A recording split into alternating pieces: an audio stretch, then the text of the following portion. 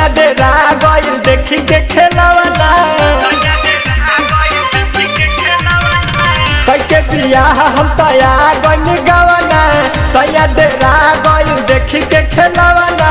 बिना कुछ पहले रात सोए लगल बिना कुछ पहले रात सोए लगल टोए लगल सखी टोए लगल देखी के भतारा रोए लगल टोए लगल सखी टोए लगल देखी के भतारा रोए लगल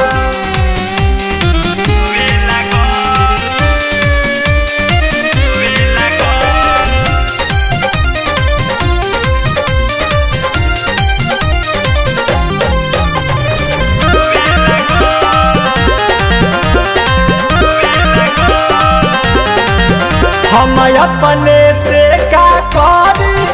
उत सटर न करे जरी नहीं टंगरी पटंगरी फेंके हो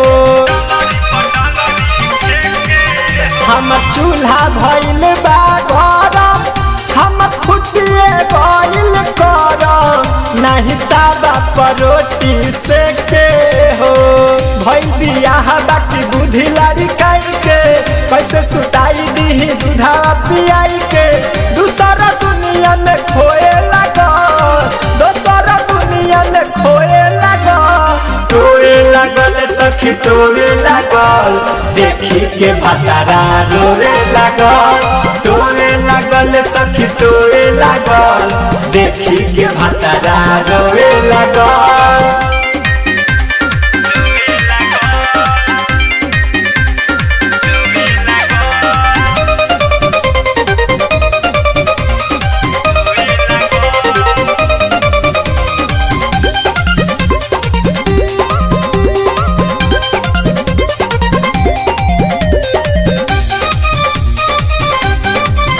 हम कोरा में लगनी साथे